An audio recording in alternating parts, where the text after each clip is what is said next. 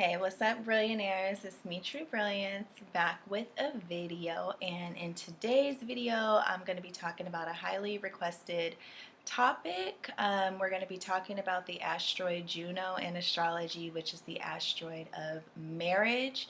And I did a live, it's my most recent live. You guys go check it out.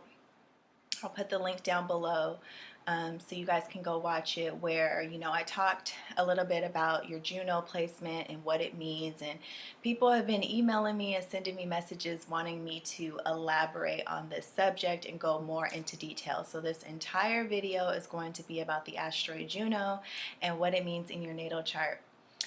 Now I noticed there's not a lot of information out about this asteroid. There's not a lot of information out about none of the asteroids. And so I want to bring more light to that. I'm also going to be doing another video on the asteroid, not the asteroid. I'm also going to be doing another video on Lilith as well, and what Lilith means just as a feminine archetype and what it means in your natal chart, because a lot of people only know about Lilith as it relates to astrology, and Lilith was a goddess. She was a divine feminine archetype before she even had anything to do with astrology. So I'm going to be talking about it from both the mythological standpoint and from the astrology standpoint, and I'm going to do the same thing with Juno. Before we get fully into the video, I do want to let you guys know that I actually do have two astrology reports that feature the asteroid Juno in them. They are two of my newest reports. One of them is asteroids and important points in the natal chart report, and that report I specifically focus on and go in depth about your Juno placement, your house placement, your Lilith placement, your Chiron placement, and I also go over your vertex, which is a point of fate in your natal chart, and I also go over your part of fortune. I'll probably do another video or touch on the part of fortune as well. That's something that you guys also need to know. I noticed that there's barely no information about these things in astrology, and I know you guys want to know more about the vertex and the part of fortune, so I'm going to try to bring you guys more information about that. But in that specific report, the link will be down below if you guys want to book it. I go into depth about those things, and it's been very successful. People have really enjoyed that one. And then I have another one that's called your Astro dating profile, where I look over your natal chart and kind of create the perfect partner for you. So I go over who would match best with you, and also I go over the type of lovers that you need to avoid and the type of lovers that you need to stay away from. And so I give you your dating profile, the type of placements that you need to be looking for when it comes to dating. Also, the type of placements that are going to make the best match for your natal chart for long-term stability, for romance, for seduction, and all of that stuff. It's really amazing. And I also touch on Juno in that report as well. I just added that as an extra onto that report, since we are talking so much about Juno and it's having such success. Okay, and then I have another new report. It's the wealth and abundance report, which I'm talking about your money houses. It just came out today. We're going over your second house, your eighth house, and how it connects to your 10th house of career. And we're talking about any upcoming transits that may be coming on that can bring extra wealth and abundance into your life, and kind of giving you your wealth profile. Okay, so we take care of you over at Queens and Thrones. So I told you guys that your girl got you covered for all of your astrological energetic needs. Come to me. I'm the best at doing it. Don't mean to toot my own horn, but my clients never complain. They're very satisfied with the work that I do. So go ahead and check out my website and book some astrological readings, okay? So let's go ahead and get into Juno. Now, the first thing that I want to talk about that I definitely distinguished in my live video when I was talking about Juno is the difference between your Venus and your Juno. So a lot of you guys, if you are novices in astrology or you're just not that well versed in astrology, you are going to put a lot of your love needs on Venus, on the planet Venus, because Venus is what we are attracted to. Venus is how we act when we get into relationships. Venus is how we relate to other people. And it's also what we find attractive in others, okay? So your Venus placement is always going to be who you're attracted to. But your Venus placement really doesn't have anything to do with marriage and who the best marriage partner is for you. So just look at Juno as being your marriage partner and look at Venus as being who you are attracted to. Now you can see if your Venus and your Juno don't match up, they are in signs that clash with each other. You can see this kind of inner conflict that you may have within yourself where you are attracted to a certain type of person, but the person that you need to be with can be the exact opposite of what you're attracted to. I did a gentleman's chart the other day, and he had his Venus in Scorpio in the first house, and he had his Juno and Taurus in the seventh house. And I was like, what you are attracted to is the exact opposite, literally, of what it is you need in a wife. So he was attracted to Scorpio in the first house. He was attracted to women that were fiery, women that were bold, women that were courageous, women that were very sexual, very seductive, very dangerous type of woman. And that was not what he needed for the long term. Your Juno placement is what you need for the long term. Just think of your Juno placement as the partner that the universe has appointed for you. That's how I look at Juno, the partner that the universe has appointed to you. Now, whether you follow that is up to you, but at the end of the day, it's going to determine how happy that you are in your marriage. Okay? And of course, it's not just cut and dry like that, because Juno depends on the aspects that Juno is making to other planets to determine how happy you're going to be with that, which I'm going to get into in a second. So back to the gentleman that I did the report on. So his Venus was in Scorpio in the first house. So he's attracted to these edgy women, these dangerous women, these women that have a very strong dark side to them and may be risky as far as going to date, because Scorpio in the first house ain't no joke. Okay, very spicy woman, right? But his Juno was in Taurus in the seventh house, so the universe was telling him what you need is a woman that brings you peace. You need a woman that brings you calm. You need a woman that brings you a nice, comfortable home. You need a woman that brings you security, because that's what Taurus represents. A woman that makes you feel secure. Not this woman that is a sex vixen and she's sexy and she's seductive. She's out for everybody to see. You need a more wholesome woman. The Taurus woman is a more wholesome woman. Scorpio woman is a more edgy woman. And don't come in my neck, Scorpios. I'm not saying that you're, this bad woman. We're just using examples, okay? So, because I got Pluto and Scorpio in the first house, okay? So listen, I got the energy myself, but I also have my Venus in Taurus. But anyways, this isn't about me.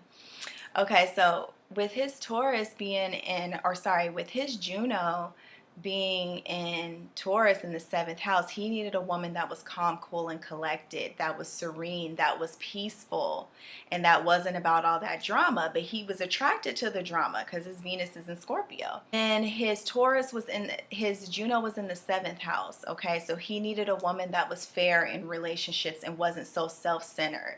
Venus and Scorpio in the first house can be a woman that's very self-centered, okay? And he needed a woman that was compromising, that would look at both ends of the spectrum. Now, the kicker was that his Saturn was in Taurus in the seventh house as well. So I connected it all together, and I was like, your whole entire life purpose is to build this relationship with your wife.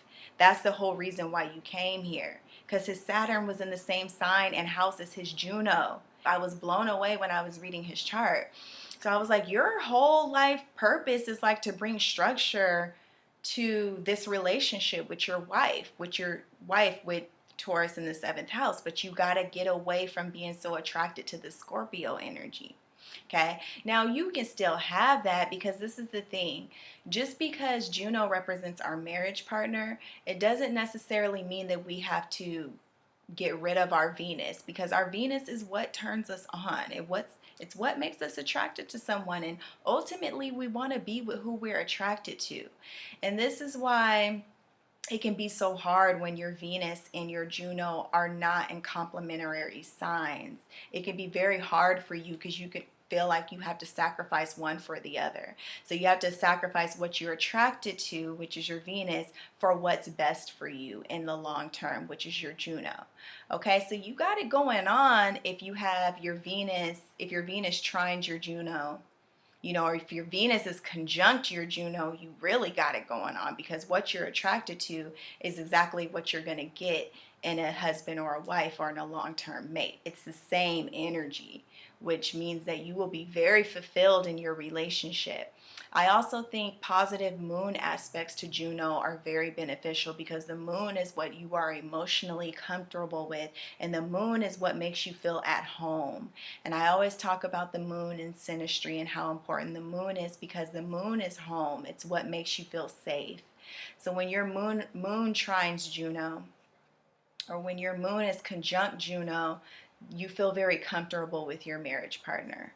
Now, when you have the opposite, right, if your moon is opposite your Juno, you don't feel at home with your marriage partner, which means you don't really feel comfortable with them, which can pose an issue in a long-term relationship or marriage. Now, I want to be very clear that Juno doesn't necessarily mean that you're going to get married in life, okay? Not everybody gets married. But Juno represents your long-term partner, your life partner. Okay, the person that you will do best with going throughout life together. Okay, and you can see why your life partner doesn't really have to be what you're attracted to, because sometimes what you're attracted to isn't what you really need in a stable partnership. Okay, so your Juno placement is what you need in a stable partnership, and this type of energy is what's going to also make your marriage last. Okay, so if it opposes your Venus, it may not be necessarily what you want, but it's what you need, like I keep saying. And the universe is telling you that through your Juno placement. I have my Venus in the 8th house, and I have my Juno in the 12th house. Okay, so clearly there's a connection between the 8th and the 12th house. They're both water houses. So that's the universe's way of telling me that I need a spiritual connection in my relationship, regardless whether that's what I'm attracted to or that's what I need in my marriage. There has to be a spiritual connection. There has to be the energy of God behind my relationships, period. And I need to have a deep spiritual connection with my mate. Okay, and it has to be something that's deep. It has to be something that's beyond the physical, because that's what the 8th and the 12th house represent. Also, I have my Venus in Taurus and my Juno in Libra. So this lets me know that I need a Venusian type of man, okay? My man has to have prominent Venus energy. He has to be of the Venus frequency, okay, for me, because I need that harmony. I need somebody that's balanced. I need somebody that's calm, somebody that's stable, and somebody that is fair, somebody that's diplomatic. Venus is about harmony, and it's very interesting because Venus rules both Taurus and Libra, and that my Venus and my Juno are both in Venus-ruled signs. So that lets me know overall, like I said, I need a Venusian man, okay? Period. Okay, so there's a bunch of ways that you can look at it. Now, like I said, if your Venus opposes or squares your Juno, you're kind of going to have to accept the fact that what you're attracted to isn't really what you need. Okay, so say your Venus is in Aries and your Juno is in Libra. So say this is a woman, right? Your Venus is in Aries, so you're attracted to the bad boy type. You're attracted to super masculine men, risk takers, warriors, okay? But the universe is like, you need a Libra man. So you need a man that's more mild-natured, a man that's more laid back. You need a man that's a peacemaker and things like that. That's what you need. But you're always going to have this attraction to Aries type of men. You're always going to have this attraction to fiery men. But ultimately what you need is going to be a Libra type man. Now, when I talk about the trines and the sextiles, you don't have to have an actual trine between your Venus and your Juno. or your moon in your Juno.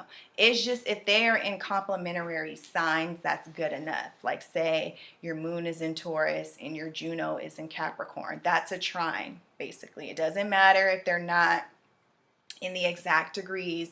You have your moon in earth energy, so you feel comfortable with earth energy, and your Juno is in earth energy, so your marriage partner needs to be of earth energy. Okay, so that's still a trine, that's still a blending of energy, but the absolute best is a conjunction. When your moon or your Venus is in the same sign as your Juno, you're winning in life. You're winning. Next would be a trine, okay? So if your moon or your Venus is in the same element as your Juno, you're still winning. You're not winning as much as a conjunction, but you're still winning, winning, winning. You're still in the upper echelons, okay? Now, if you're a sextile, to me, the sextile isn't really as beneficial because it's like, say, you know, you got your Venus is in Sagittarius and your Juno is in Libra, right? You're attracted to Sagittarian like lover, and a Sagittarian lover is quite different from a Libra lover, okay? They're different. Even though they sextile each other, they get along with each other, but they're not the same in temperament. Okay, a Sagittarian is adventurous. They're outgoing. They always like to be on the go. They like to explore. And Libra is not really like that. Libra is into art. They're into beauty. They're more mild-natured. They're more balanced. So a Libra and a Sagittarius, not too much alike when it comes to lovers. Okay, so the sextile, it's better than a square or an opposition, but it's not the best. You know, you still gonna have to adjust a little bit from what you're attracted to, which would be your Venus and Sagittarius, to what you need, which is your Juno and Libra. It still is quite a variation. Okay, the opposition, now the opposition can work as your partner being your other half, okay, literally. So they could be what you're missing. Okay, so, you know, say, let's use some other energy. So say your Venus is in Leo and your Juno is in Aquarius. Okay, so we have an opposition going on there between what you're attracted to and what you need in a marriage partner. So you could be attracted to Leo like males, okay, or females. You could be attracted to the self-confident woman, a woman that likes to be center of attention, a woman that attracts a lot of attention to herself. But what you actually need, your marriage partner is going to be the opposite of that. So they're going to end up being a little bit detached, and they're going to show you how to be a humanitarian, how to care about everybody instead of just caring about yourself. So they're here to kind of show you the opposite of that. So you learn a lot through the oppositions with your Juno, but it's a learning process, okay? And then the square, I would say the square is obviously the hardest, okay? Like, you know, if we take in the moon, and I'm going to talk about the sun and Mars as well.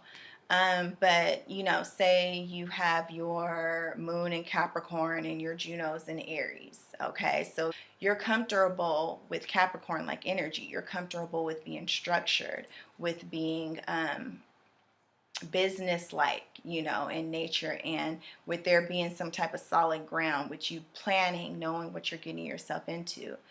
And your marriage partner would need to be in Aries, like somebody that takes chances, somebody that just goes out and does what they want to do, somebody that's a leader, somebody that's a go-getter, somebody that has very high energy, is very inspirational, and is very impatient. Okay, so that would be a huge variation that you would have to get used to with your moon being in Capricorn and your Juno being in Aries. But again, squares are a learning process. So you would learn from your marriage partner. Your marriage partner would teach you how to feel comfortable in a new way. And let's talk about the sun as well, because I was talking about in the video how the sun is our ego. So if we have a square or opposition between our sun and Juno, that means that our marriage partner isn't somebody that we see ourselves being with. Same thing kind of with the ascendant. Okay, if your ascendant squares Juno, if your ascendant squares Juno, you do not see yourself being with your marriage partner. You may even be kind of embarrassed to be with your marriage partner because may feel like they are so different from who you are. And this is just not somebody you see yourself being with. But keep in mind that you're looking at yourself from kind of a superficial standpoint when you're looking at yourself, from either the sun or the ascendant, because well, not really the sun, but definitely the ascendant, because I don't feel like the ascendant is really who you are. I feel like the ascendant is the mask that you wear. So squares or oppositions to your ascendant, to your Juno, can really make you feel uncomfortable with your marriage partner and feel like this person doesn't suit your image. Okay, you guys know what I mean. This person doesn't suit your image. The sun, I feel like the sun is who you are. It's your ego, so it's who you identify as. And so you may feel like this person is kind of out of character for who you identify yourself to be. And you don't see yourself, like when you thought as a child of who your marriage partner would be, if you have a sun in a square opposition to your Juno, this is not the person that you saw yourself being with. This person doesn't fit your ego identification. It doesn't fit your ego needs, okay? But if there's a square in opposition, it can also mean that this person is here to change your ego identification of who you identify as. Okay?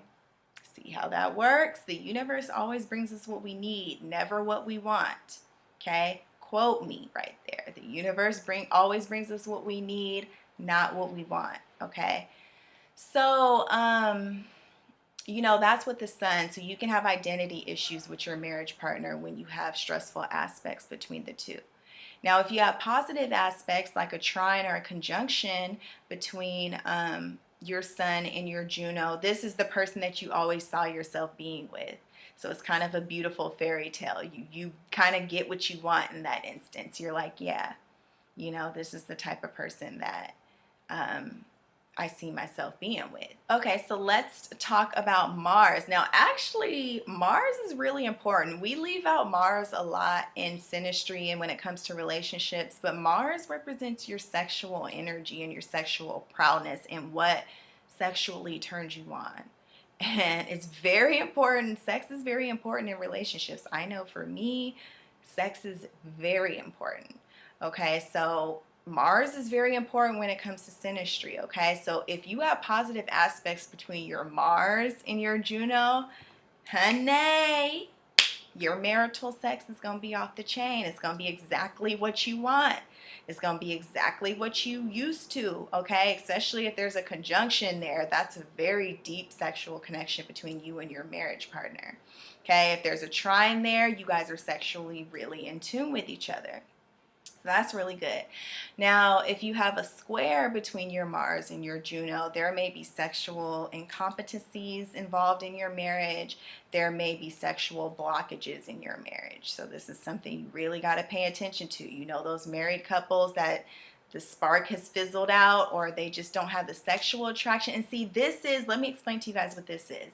This is when you're with the person that you need, right? This man or woman treats you good. They take care of you. They're there for you. They're dedicated to you. They're faithful to you. But the sex isn't all that. And so you kind of have to sacrifice good sex for a good marriage. Okay, that's what the hard aspects between Mars and Juno is. Not all of the time, not 1000% of the time, but a lot of the times, the square or the opposition represents that energy. Your guys' sexual styles just don't blend with each other. But this is the person that the universe appointed for you. So you kind of got to sacrifice that. I'm telling you guys, your natal chart tells you everything about your life. It tells you everything down to your marriage partner. Okay? Literally. Or your long-term mate. Okay, because I want to kind of steer away from marriage because a lot of you guys are like obsessed with marriage, and then you're going to be thinking you're going to get married indefinitely because you have a Juno placement. But newsflash, everybody has a Juno placement and everybody doesn't get married in life. Okay, so Juno represents the long-term partner. Okay, I want to make that very clear. Or the best long-term partner for you. It doesn't mean that you're going to be with that person Okay, but this is the, like I said, the life partner that the universe has appointed for you, the best long-term partner for you. Okay. And Juno goes beyond attraction. It goes beyond Venus. It goes beyond sex. It goes beyond Mars. It goes beyond ego. It goes beyond the sun. It goes beyond the emotions. It goes beyond the moon. Juno placement is the best partner for you outside of all those things that I just mentioned, outside of sex, outside of attraction, outside of emotions, outside of ego, outside of appearance, which is the ascendant.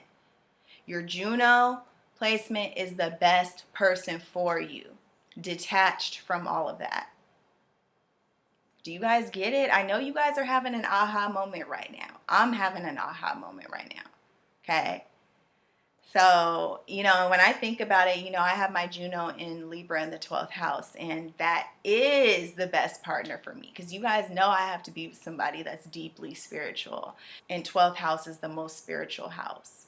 So, of course, that would be the partner that the universe appointed for me. So it just makes perfect sense. Then also, last but not least, I want to talk about the house placement of Juno. So where the sign describes the energy of your marriage partner, and this is another thing that I want to clear out for you guys. The sign that your Juno is in does not mean you need to marry that sign. Okay? Like my Juno's in Leo.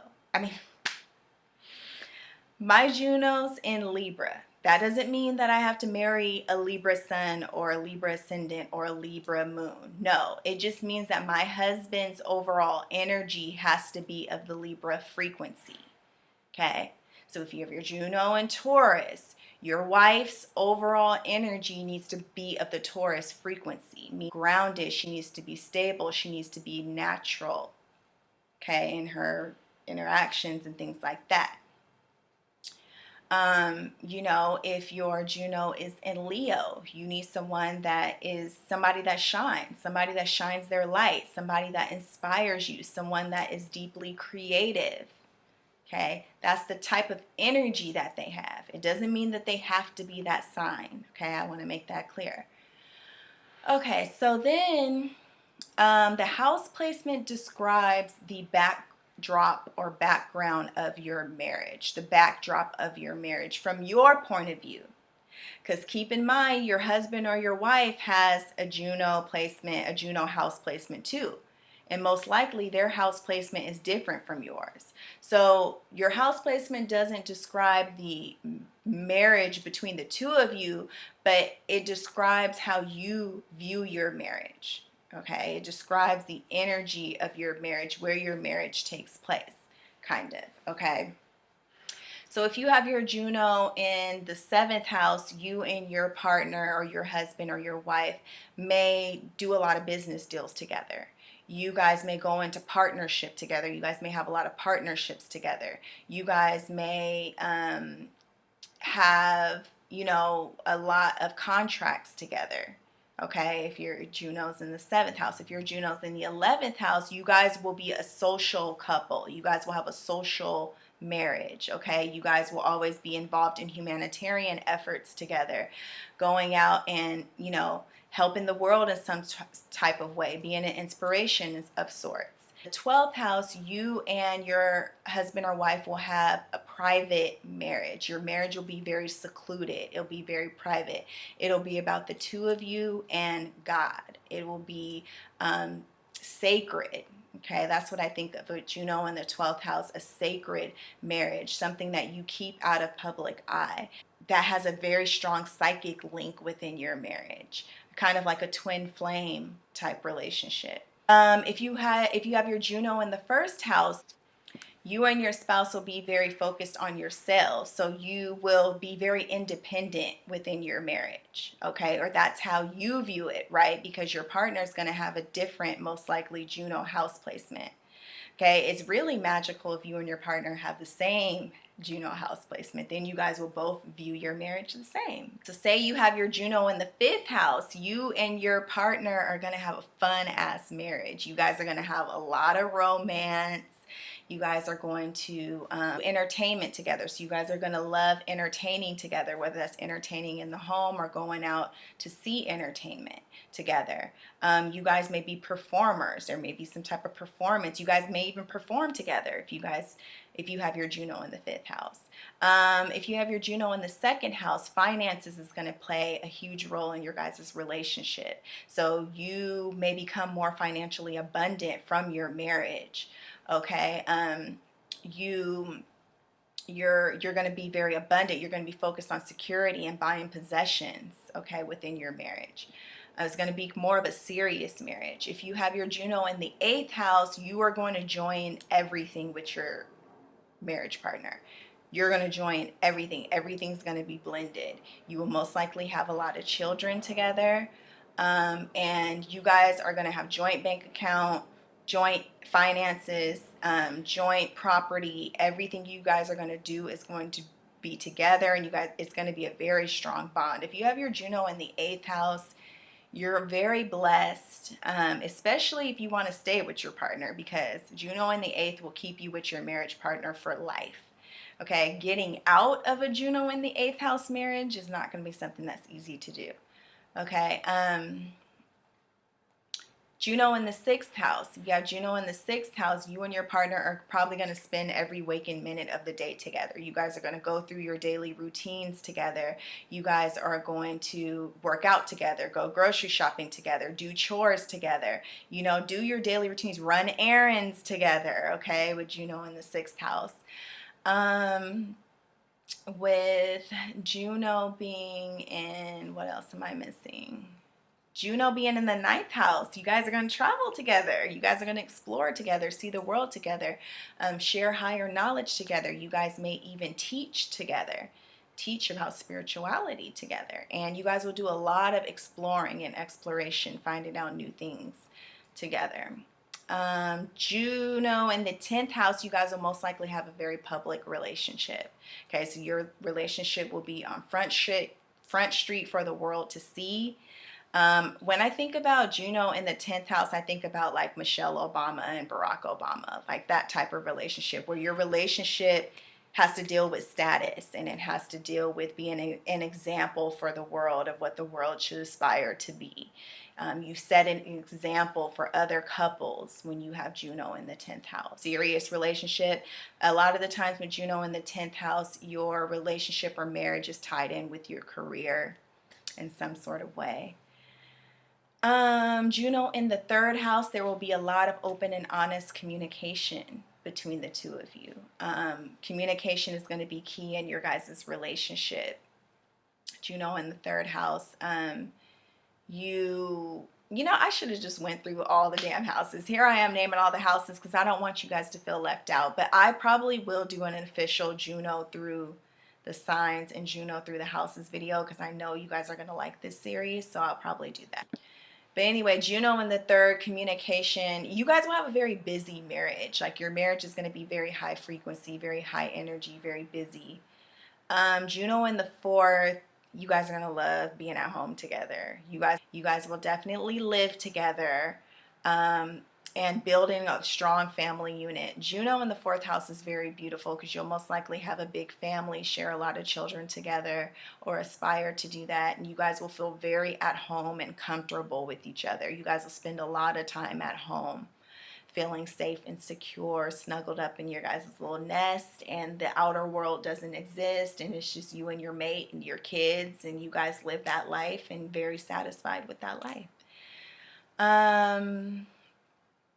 And last but not least, I want to mention when Juno makes aspects to your south node or your north node, okay? So this is very important. If Juno makes aspects to your south node, your marriage partner is most likely someone that you've known in a past life that is going to come back around to visit you in this life. So it's 1000% most of the time it's a past life marriage, past life connection that you have with that person that's coming back around to revisit you. So it's very fated when Juno aspects your south node. When Juno aspects your north node,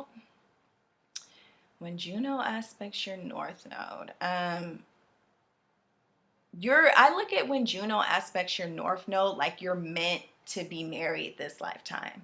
Like you're meant to find your marriage partner. You're like your marriage partner is a part of your life path this lifetime. You know, when it's a square or an opposition, you may resist this marriage person, this marriage partner, but this marriage partner is a part of your life path. They're here to help you learn and they're here to help you evolve. Okay. Juno aspecting Saturn, you have a lot of work to do with your marriage partner, and most likely the marriage is not going to be easy. The marriage will have a lot of struggles and a lot of issues. But depending on if it's a conjunction or a trine or a sextile, if it's one of those, you'll most likely be able to work through it. If it's a square or an opposition, it's going to be really hard for you to make your marriage work. But that's part of your life lessons. Okay, if Juno aspects Pluto, your marriage partner is going to deeply transform you, transmute you, and change you into a different person on a very deep level.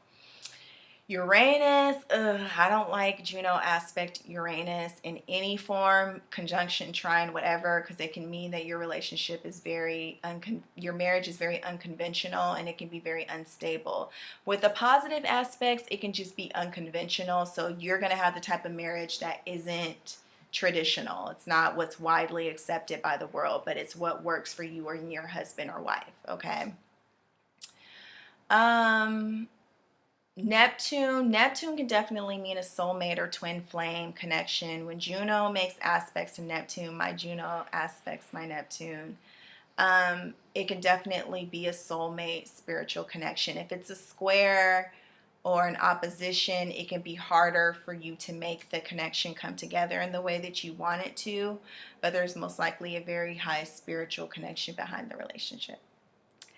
Okay, guys, so I just gave you guys a wealth of information. That is what I'm here to do, to share my wealth and knowledge with you guys, which my wealth is in my knowledge and in my wisdom. So I'm here to share that with you guys. And next we'll be doing Lilith. Expect that from me either tomorrow or the day after that. I'm very busy right now, but I had to come in here and give you guys the 411 on Juno. If you guys love me, leave me a comment down below. And if you really love me, book an astrology reading with me. Okay, so all the links will be down below. I love you guys, and I'll talk to you soon. Bye.